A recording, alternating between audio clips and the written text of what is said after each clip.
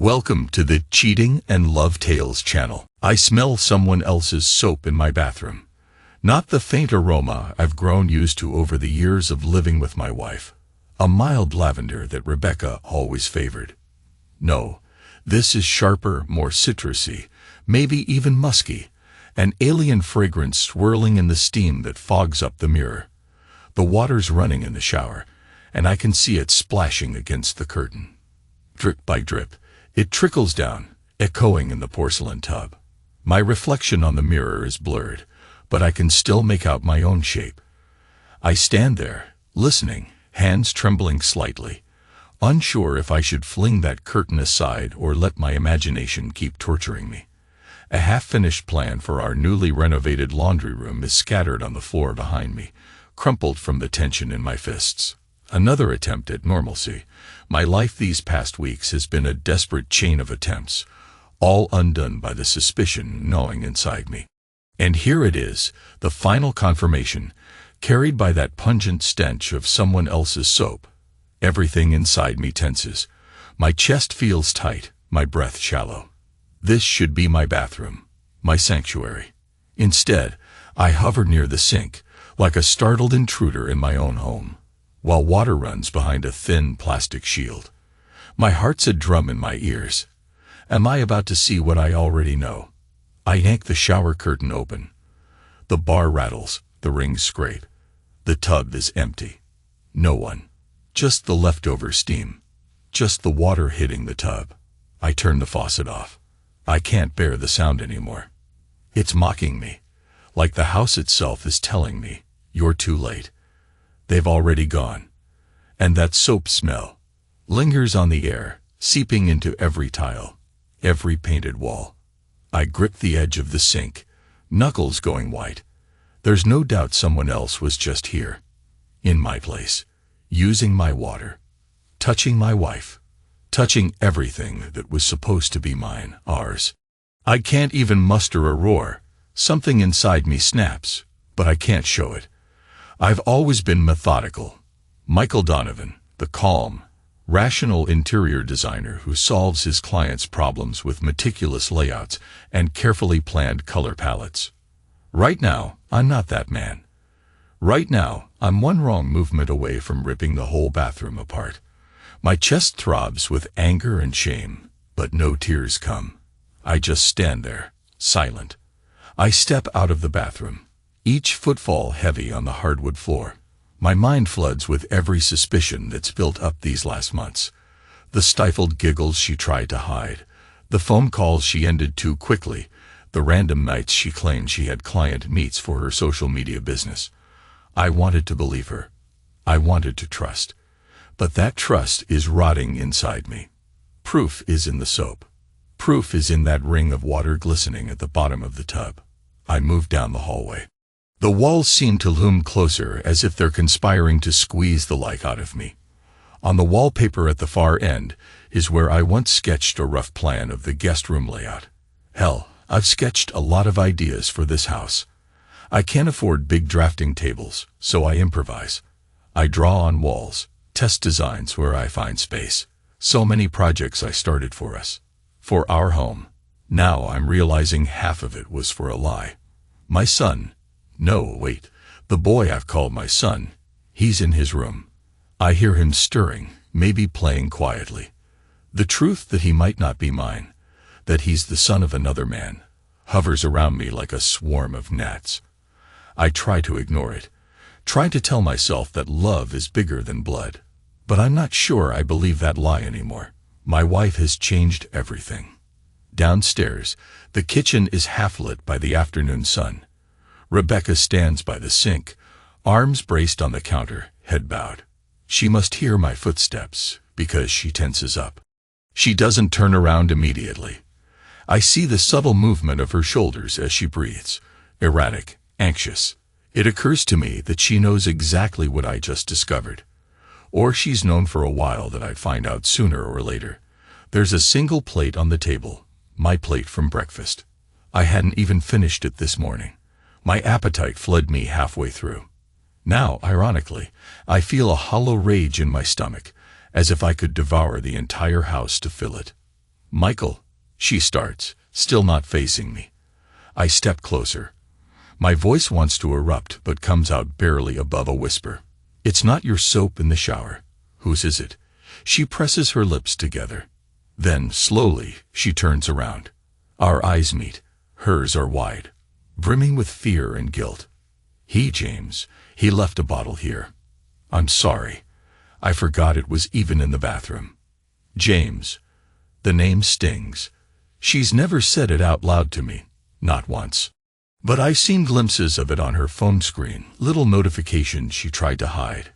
Confirmation feels like a punch to the gut, even though I already knew.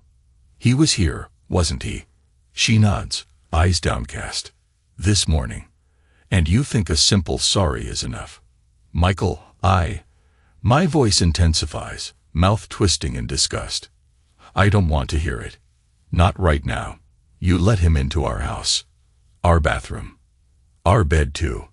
I wait for a response, though I know the answer. I watch her shoulders slump, the color draining from her cheeks. I told you 1,000 times, if something was wrong, we could talk. It wasn't that simple. She bursts, her voice cracking. Things between us. I felt lonely. I felt like you never saw me anymore. Oh, I see you plenty. I hiss. I see you right now, and all I can think is, who are you? Because the woman I knew wouldn't do this. She glances at the staircase, probably worried our boy is listening. Can we talk somewhere else? I don't move. My legs are locked, my fists clenched. Why? Afraid he'll hear the truth. Or is he old enough to guess by now? She rubs her forehead, trying to compose herself. You're not the only one hurting, Michael. This isn't just black and white. Anger roars through me. I strike the back of a chair, and it scrapes violently across the tile. Don't you dare talk about your pain. You invited that man here. You gave him what was ours. She shuts her eyes, tears threatening. I know. We stand there, tension like a thick fog, until I can't take it anymore. My mind replays a memory. Me and Rebecca slow dancing in the living room after we first moved here, the furniture still in boxes. She had that wide grin, that unstoppable laugh, a glass of cheap champagne in her hand. We swore we'd never let life get too serious. Now look at us, in a war zone of betrayal. This was supposed to be our dream home. I push past her and out the back door. I need air, but it feels suffocating outside too. The sun is bright. The lawn is neatly trimmed. I keep it that way, or used to, because I enjoy the routine. Today it looks like a stage set, false and empty. I yank my phone out of my pocket.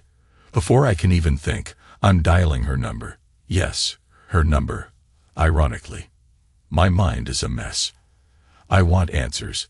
I want a confrontation. But the call goes unanswered. She's still inside, a mere few feet away. It dawns on me how absurd I'm being, trying to call the same woman who's just behind a door. My nerves are shot. I sink onto the porch step. The world around me is so still that I can hear a distant lawnmower. I bury my face in my palms. Moments later, I hear her footsteps behind me. She stands there, uncertain. Michael, she says quietly. I stay silent, letting my anger simmer. She sits beside me, not too close, but close enough to remind me how familiar we once were. I never wanted to hurt you, she says, voice trembling. I exhale, staring at a crack in the concrete. It's too late for that. She doesn't argue. She knows. And for a second, we sit there in the hush, suspended between heartbreak and fury. Finally, I get up, ignoring her attempt to reach for my hand, and stalk back inside. I used to believe that if there was a problem, you tackled it head-on. Make a plan. Fix it. My entire career is built on planning and fixing spaces. But right now, I'm spinning in a circle of suspicion, jealousy, and confusion. My instincts are haywire. I want to toss every piece of furniture, tear down every wall I meticulously renovated. If she can't appreciate this home, this space, maybe no one deserves it. We share a tense dinner that evening, though I barely touch my food. My boy, our boy, glances between us, obviously sensing something's off. I can't hold his gaze, because seeing him tears open a wound of doubt. Is he truly mine? His eyes are a shade too dark, maybe more like James's. The thought is vile, but it creeps in uninvited. I remember I once drew a map of the house's layout on the wallpaper in the kitchen. I used a black marker, and sometimes, when I needed to correct a line, I just wipe it away.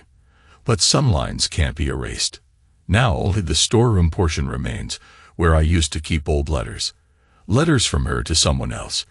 My chest tightens as I recall discovering them. That was the first clue. She'd written to her so-called nephew. But the words were far too intimate, far too personal. I confronted her. She insisted it was just an emotional misunderstanding. Turns out that nephew was James all along, and he wasn't just a casual friend or relative. He was her lover. Dad, my boy asks, his voice delicate, bringing me back to the present. Are you okay? My eyes flick to him. He's gnawing on a piece of chicken, so small in his hands. I'm fine, I murmur automatically, though my tone betrays me. Then he blurts something that stabs deeper than any adult's question. Did you know Mom danced naked when I was born? That phrase slices through the tension like a blade. I recall a story she once told me. How, after giving birth, in the privacy of our bedroom, she felt so overwhelmed with emotion, she did a little dance of joy. Some weird, free-spirited moment. I'd laughed at it, found it endearing. Now hearing it from him, it sounds different, strange, tainted. I can't even muster a response. I just watch him chew. See the bone in his little hands. Watch how intently he focuses on the meal. He's so much like me, or so I want to believe. But that face, maybe not mine. I feel my stomach lurch. I push my plate away. It's an old porcelain dish, part of a set Rebecca's mother gave us when we got married. In a sudden burst of something, rage, heartbreak, confusion, I grab it in both hands and bite down on the rim until it shatters in my mouth. Porcelain shards scrape my gums. The sound is unnerving, like gravel in my teeth. It tastes of soap and grit, tears and madness. I hear Rebecca gasp, see the horror in her eyes. Michael, she shouts, leaping up. God, stop. But I keep biting until I feel a splinter cut my lip. The plate is in pieces. The crunch is quieter than her pathetic, I'm sorry. It's all I can taste, blood and ceramic. In that moment, I see her trembling, see her lips move as she tries to apologize again, tries to reason with me, tries to salvage something. And I realize there's no humanity left in her face, at least not for me. She's just a shell, the same shell that welcomed James into our bed. I spit out the shards, ignoring the stinging in my mouth. Then I storm upstairs, leaving her and our son in shocked silence. I freeze in the bedroom. Another wave of memories hits me. The first nights we spent here, her laughter, her warmth. We were unstoppable. Now, all of that has collapsed. The bed we used to share feels contaminated by his presence. My imagination conjures a video montage of them, Rebecca and James, locked in an embrace, sheets tangled around their bodies. The images churn my insides, fueling my anger, fueling my desperation. For a moment, I imagine running away, just ditching everything, letting them keep the house. But that's exactly what she probably expects or hopes for. She wants me out so she can carry on with him, unburdened by my presence. I won't give her that freedom. I tear the sheets off the bed. I fling them into the corner as if they're infected. Then I pull my old drafting tools out of the closet. My hands shake as I spread new, crisp paper on the floor. I start drawing. I don't know what exactly, maybe just random lines. The pencil scrapes across the paper in a frantic dance. The lines become walls. I sketch a blueprint of a house with no doors. A house where every room is separated, unreachable, like the rooms in my life now. My thoughts swirl. She can't come in here. James can't come in. The boy. I don't know who he is anymore. I keep drawing until my fingers cramp. Night deepens around me. Finally, I slump against the wall, my head throbbing with pent-up rage. The next morning, I wake to the sound of rummaging downstairs. My mouth still hurts, cut from the porcelain shards. I taste dried blood on my tongue. Blinking away the haze of a restless night, I head to the bathroom to rinse my mouth. The mirror shows me a man I hardly recognize. Unshaven, dark circles under his eyes, hair disheveled. Is this how a betrayed husband is supposed to look? Suddenly, my phone buzzes. A message from an unknown number, but I know who it is. James, we need to talk. This is getting out of hand. My pulse spikes. That he has the nerve to contact me is almost comical. Part of me wants to ignore it.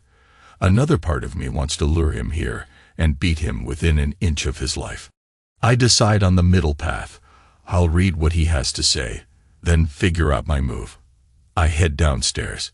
Rebecca is on the couch, hunched over her laptop. She glances up nervously. Michael, I hold a hand up. Not now. She nods, as if she was expecting that. Her once vibrant eyes look dull, filled with regret or fear. I don't care which. She can stew in it. I step into the kitchen and freeze. On the counter, near the sink, is James's brand of coffee, some fancy stuff.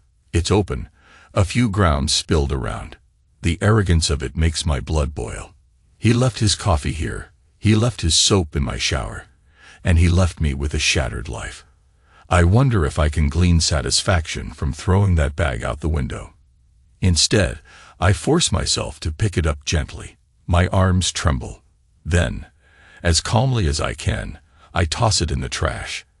After a moment, I open my phone, read James's message again, and decide to text him back. Me, you want to talk? Fine.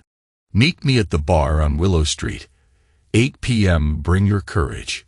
It's a bar I've frequented a couple of times, an out-of-the-way place with dim lights and stiff drinks.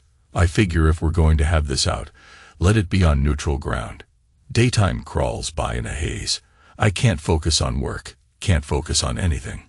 My boy is in the living room, cartoon channel flickering in front of him, but I can't bring myself to join. I want to hold him, comfort him, but I'm too tangled in doubts. Rebecca approaches me around midday. Are we going to talk about this? We can't just live in silence. I glare at her. You think conversation will fix it? She bites her lip. We can't go on like this, Michael. If I could take it back, I would. Well, you can't. So here we are. She sits in the chair across from me. The tension is thick. I notice her nails. Neatly done, a soft pink. She cares about her appearance, even now. It's a small detail that infuriates me, as if she's still trying to look good for him. Or is that just my paranoia? It started months ago, she finally confesses. He was a client. At first, it was just messages, then phone calls. I don't want a blow-by-blow. I cut her off, voice razor sharp. I can imagine the rest. She exhales shakily. I know, but you need to understand. I felt invisible in this house. You were always busy drafting new layouts, dealing with your work. I needed someone to see me. That's your excuse. I didn't pay enough attention, so you decided to sleep with him. Her cheeks burn, tears threatening again. It's not an excuse. It's just how it happened. I stand up, fists balled. Rebecca, do you even know what you've done? Our marriage, our family. And now you're the one who brought him into our home. Hell, I can't even shower without smelling that jerk. Her face contorts. She starts sobbing into her hands. I feel a flash of pity, but it's quickly consumed by anger. I walk away. By the time evening rolls around, I'm in no shape to handle a confrontation, but the adrenaline won't let me skip it. Dusk settles in, painting the sky an angry red, as though the universe itself is warning me. I slip into a jacket, check my phone. No new messages from James. Good. He better show up. I leave Rebecca in the living room, reading something on her laptop. She looks up as I pass. I don't offer an explanation, and she doesn't ask. My boy's door is closed. I assume he's asleep or lost in his own world. The thought pains me, but I have a mission. I need to see the man who destroyed me and find out if I can salvage anything from the rubble. Driving across town, my knuckles stay white on the steering wheel. I pull into the bar's parking lot, kill the engine, and just sit there for a moment. My heart is pounding so violently I can feel it in my temples. When I step inside, the bar greets me with a soft murmur of clinking glasses and low chatter. Dim lights hang overhead. It's a haven for lonely men in their 40s and 50s trying to drink away regrets. The bartender glances at me, recognizes me with a nod. Then I spot him. James Carter, leaning on the far wall, sipping a beer. He looks younger in person than I remembered from a fleeting glimpse. Athletic build, confident posture. Even here, in the gloom, he exudes a certain magnetism. I wonder if that's what drew Rebecca in. I walk toward him, each step feeling like stepping onto a minefield. He sees me, straightens. I sense a flicker of nervousness behind his cool facade. Michael. He offers a taut smile. I was worried you might not come. I stare at him, letting the silence thicken. Worried. That's rich. You've never been worried about my feelings before, so why start now? He sighs, glances away. Look, I didn't plan for this to get so complicated. I met Rebecca through a business lead. We connected. The bartender strolls over. I raise a hand, wave him off. He backs away politely. My voice tightens. Spare me the romance. You slept with my wife, and you did it in my home. James looks genuinely pained. I regret that. We got carried away. Things moved fast. I didn't realize how much she meant to you. I nearly laugh. Didn't realize. She's my wife. We've been married for years. She's the mother of, I falter, of my child. Or yours. James notices my hesitation. He shifts, sets his beer down.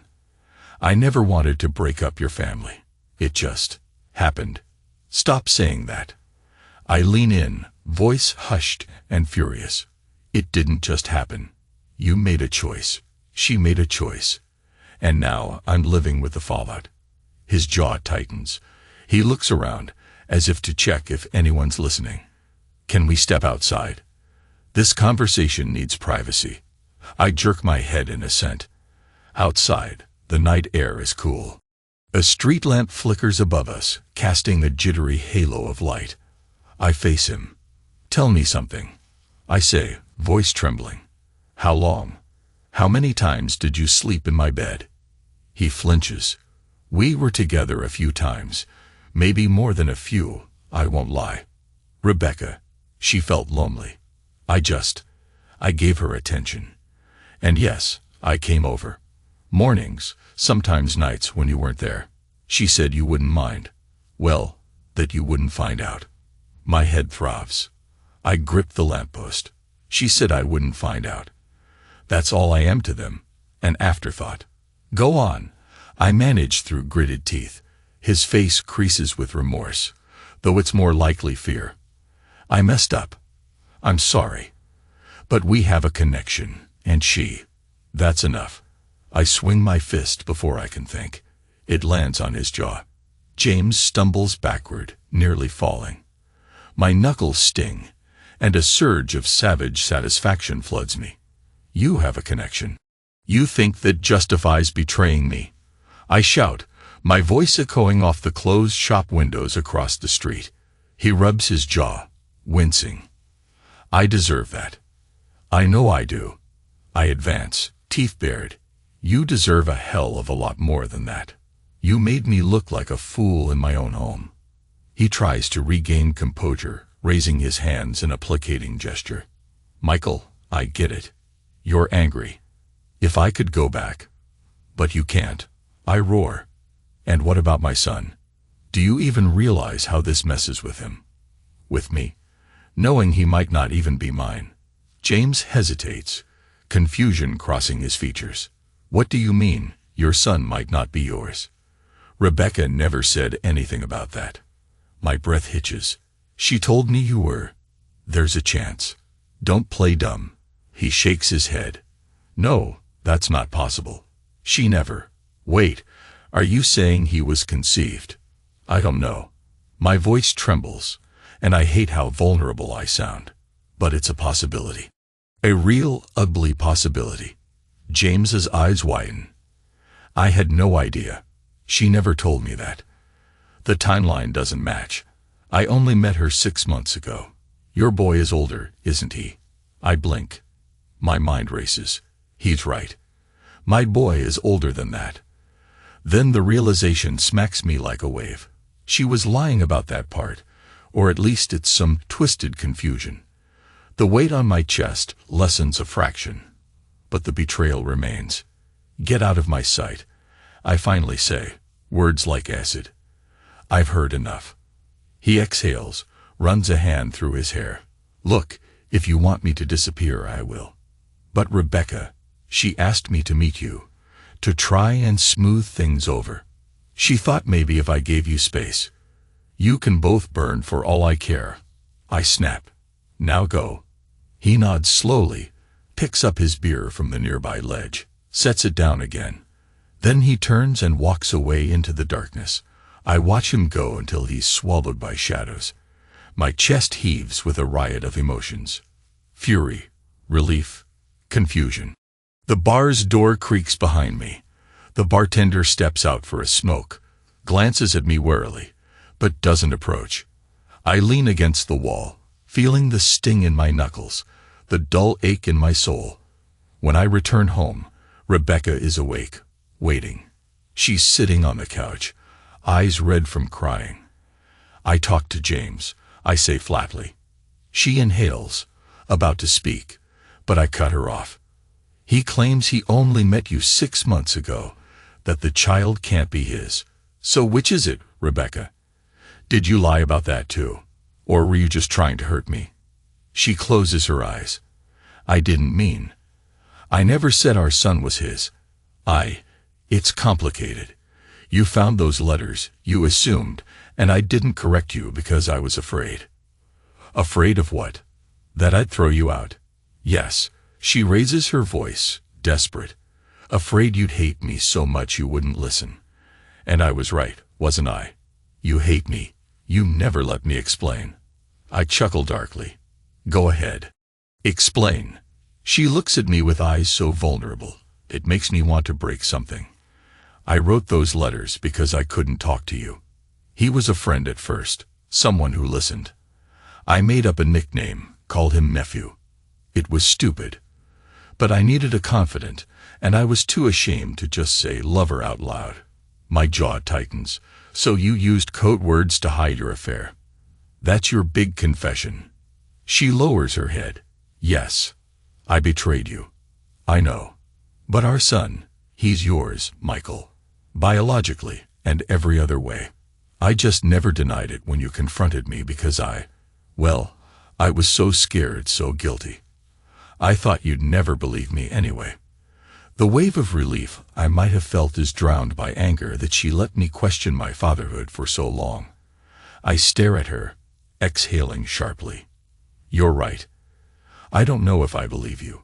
Her voice turns pleading. Michael, I want to make this right. We can fix us. No, I interrupt. There is no fixing us. Not after you let him into our bed. After you humiliated me like that. She collapses into sobs. I stand there, numb, remembering the day we got married. The way she looked in her white dress, how she whispered, I'll always love you. My entire life feels like a crumpled blueprint now, lines smudged and torn. She's not the woman I married. Maybe she never was. As she weeps, I make a silent vow. If she thinks I'm walking away without a fight, she's mistaken. I might be broken right now, but I'll find my strength. I'll make sure any man that comes after me feels like second-rate trash. Over the next few days, I go through the motions of normal life, but my actions are fueled by a new undercurrent of cold calculation. She thinks I'll leave, thinks I'll slink away, letting her and James continue in peace. But I don't. I remain in the house, sleeping in the spare room. I move my belongings there, lock the door at night. The tension is almost unbearable, but in that tension, I discover an odd sense of power. I'm in her presence every day, reminding her that I'm not easily discarded. One morning, I place my old razor in the bathroom, right next to her expensive mascara. That razor's so dull it'll draw blood if she's not careful. I don't warn her. Let her pick it up by mistake. Let her remember me in a stinging cut. Or maybe it'll just sit there, a silent threat. Either way, it's a statement. I'm here. I'm not leaving. She sees it. Her face pales. She says nothing, but I sense her dread. Good. Let her feel a fraction of my torment. I go about my days, trying to find normalcy. But normalcy died the moment I smelled his soap in our shower. My boy asks me if I'm angry, if he did something wrong. I try to reassure him, but my words feel hollow. He's an innocent casualty in a war he can't understand. At night, I replay events like mental video clips, me bursting into the shower, only to find it empty. James's cocky stance at the bar, Rebecca's tear-stricken face. I see them with cinematic clarity, as though I'm an outside observer of my own misery. Sometimes I pace the hallway, run my fingers over the wallpaper where I once drew the plan of our home. Most lines are erased now, except for that storeroom design. A closet of secrets, ironically. I wonder how many letters are still hidden there, or if she's destroyed them. The ghosts of betrayal linger in every corner. I'm not sure how it happens, but weeks pass. We live in a tense stalemate. She tries multiple times to speak to me, to apologize. I ignore her or shut her down with cold remarks. Meanwhile, James tries calling, leaving voicemails that grow more desperate. I just want closure, he says in one. Another time, Rebecca deserves to be happy. I let them all go unanswered. It's enough that he knows I'm still here. My anger hasn't cooled, but it's taken on a sharper, more deliberate edge. I focus on new projects, forcing my mind to design, to create. I finish remodeling the bathroom, ironically.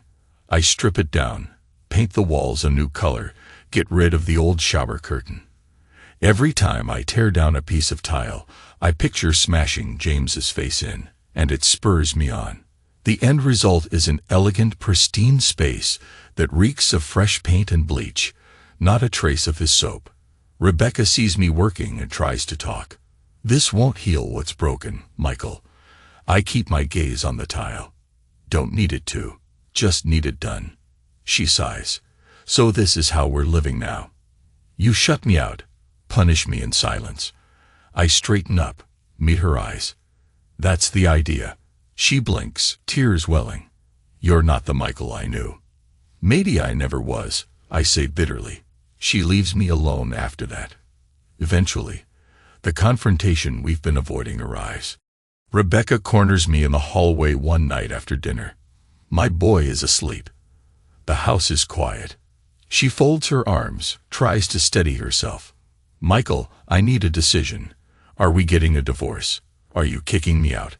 I can't do this indefinite torture. It's killing me. I stare at her, arms at my sides, heart pounding with resentment. Did it ever occur to you that you might have killed me first? That every day I wake up to a reality that's been shredded? She nods, tears sliding down her cheeks. I know I deserve whatever you want to do. But we have a son. He needs stability. The mention of our child hits me. She's right. He doesn't deserve this, but neither do I. I'm not leaving him. You want out, you go ahead. If you think James will take care of you. She closes her eyes. I want us to be a family. I bark a laugh. A little late for that, don't you think? Silence engulfs the space between us. Finally, she reaches out, gently touches my arm. I flinch but don't move away. Michael, she whispers. I still love you. I swear. I made a horrible mistake. I can't undo it, but maybe we can find a way back to each other. Something inside me wavers. My anger and my pity clash like thunder. I recall how we once laughed until midnight, how she supported me when I was laid off, how we dreamed of a future with more children. For a fleeting second, I imagine letting go, kissing her, absolving her in my arms. But then the memory of that soap floods back, along with the stinging taste of porcelain in my mouth. I gently lift her hand off my arm. You destroyed me, Rebecca. But you know what? I'm stronger now, stronger than I ever was. And I'm not about to hand you easy forgiveness. She looks at me with wide eyes, searching for a glimmer of hope. I walk away. I devise my final act of revenge. It's not violent. It doesn't involve fists or shouting. I simply become the wall. A silent, unyielding presence that neither comforts nor relents. I remain in the house, occupying half the bed some nights, other nights the spare room. I keep the old razor in the bathroom. Let her fear cutting herself. I keep my designs pinned on the walls. Let her see how I'm moving on without letting go. And whenever she tries to engage me in conversation, I give her polite but cold responses, a forced civility that stings more than open hostility. She tries to confide in me about mundane things, bills, groceries, our son's school projects. I handle them all with a stoic efficiency that leaves no room for personal connection. Each day, she's reminded of the wedge she created.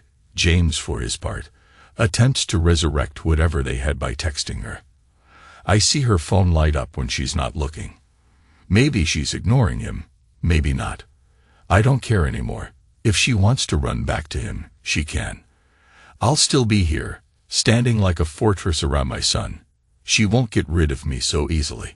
The tension escalates, day by day, until she's on the verge of a breakdown. I can tell she's crumbling under the weight of guilt and isolation. One afternoon, while our son is at a friend's house, she corners me again in the living room, tears streaking her face. I can't live like this anymore. Michael, either forgive me or let me go. I stare at her, every muscle tense. Finally, I say, do what you need to do. I'm not changing. She trembles, tears dripping onto her shirt. Then she makes a decision. I see it in her eyes. She runs upstairs, packs a bag. She comes down, glancing at me one last time. I'm going to my parents for a while. I'll call about visiting our son. Is that okay? I nod. I can barely speak. She gathers her things and leaves. The door clicks shut behind her. I stand there, numb, staring at the empty space where she was. I should feel triumphant, but I don't. I feel hollow. She wanted me to make a choice, but I chose stasis, revenge by emotional stalemate. Days pass, then weeks. Our son notices Rebecca's absence. He asks about Mommy, and I say she's visiting Grandma and Grandpa, which is true, if incomplete.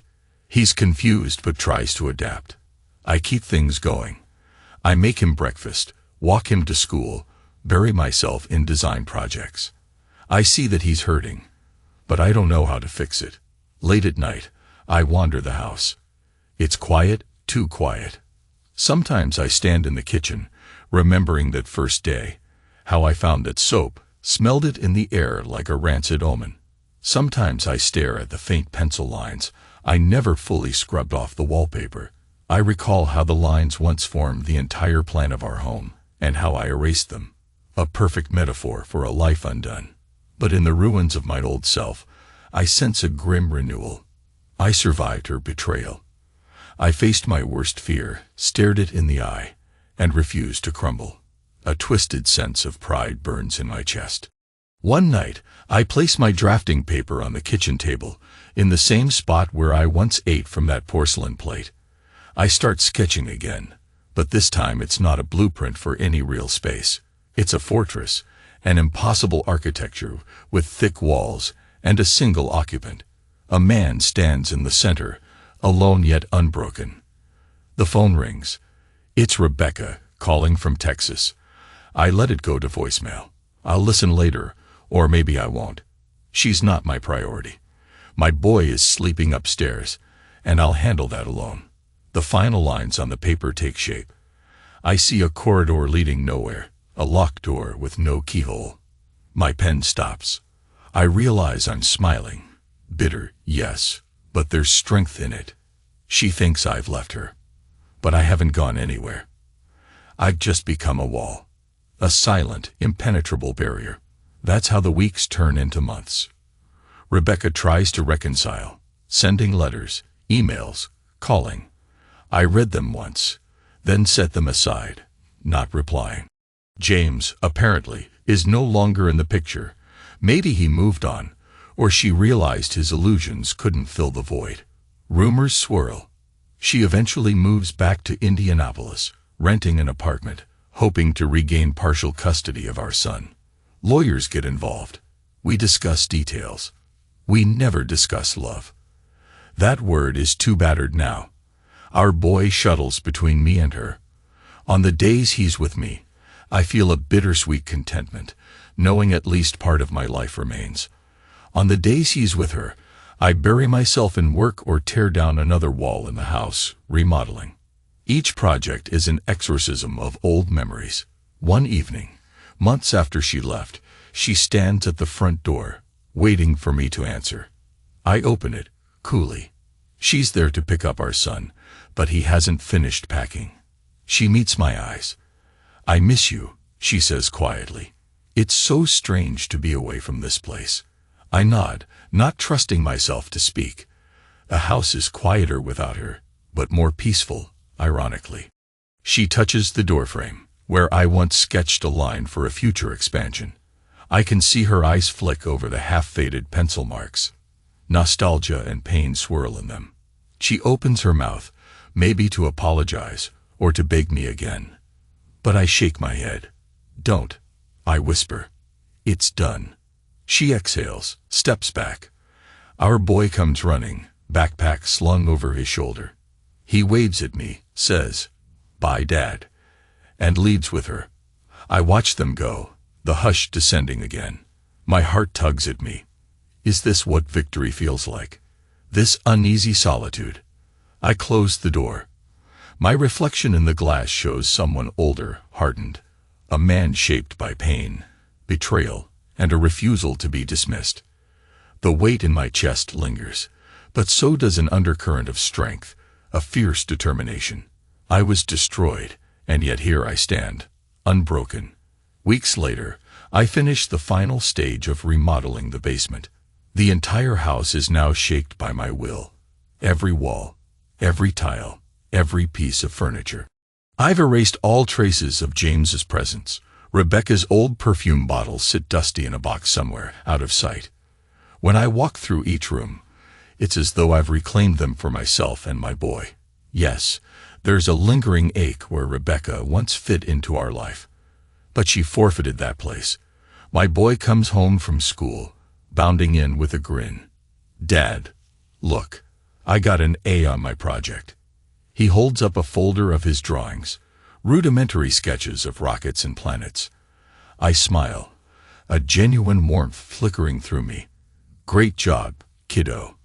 I feel a surge of pride. He's my son. The question of his paternity, which once tormented me, no longer matters. I'm raising him, guiding him. Blood or not, he's mine. And that's enough. After dinner, once he's asleep, I wander the hallway and stop at the storeroom. This is where I used to hide everything. My confusions, the letters, the pain. I open the door and see the half-empty boxes, random junk. A wave of realization hits me. I don't need to hide anything anymore. I take a marker and write on one of the walls. I am still here. The letters are big, bold. No more invisible lines. No more secrets. This is my truth. I might be scared, but I've survived. And in that survival, I find a deep, resonant power. She took my trust, but she couldn't take my resolve. She shattered the marriage, but she didn't shatter me. I put the marker down. The smell of ink mixes with the faint paint fumes. I reflect on the months of silent warfare, the nights of heartbreak, the strangled urges to lash out. And I know something else now. I can let it go when I decide to. No one else decides for me. I won't let betrayal define me forever. I'll decide how the final design of my life looks. I step out of the storeroom, letting the door swing shut behind me. The house is quiet again, but it no longer feels suffocating. It feels like a space with possibilities, with walls I've chosen and floors I've laid. My footsteps echo with newfound clarity as I head upstairs. In the bathroom, the faucet drips. I shut it tightly, then pause to inhale. The faint scent of fresh tile grub lingers, not a trace of that other man's soap. I look at the reflection in the mirror, a man who's been to the brink of madness and back. My eyes flick to the dull razor beside Rebecca's abandoned mascara. I can see rust forming at the edges. I should probably toss it now. Or maybe I'll leave it a little while longer, just to remind me how close I came to losing everything, and how I chose not to. I flick off the bathroom light and walk to my room. I lie down in the new bed, new sheets. The silence might be lonely, but it's not a defeat. It's an open canvas. Slowly, my racing mind calms. Sleep creeps in, and with it, an unexpected sense of calm. I'm still here, I remind myself. They didn't break me. Somewhere in the darkness, the house groans with the settling of its timbers, just old wood shifting, or maybe it's the memory of a life once shared. I close my eyes. The final thought before I drift off is that I was ruined, gutted by betrayal. And yet I emerged stronger. No matter what comes next, I built these walls. I can choose whether to open them again someday, or keep them sealed. The power is mine. And that's enough.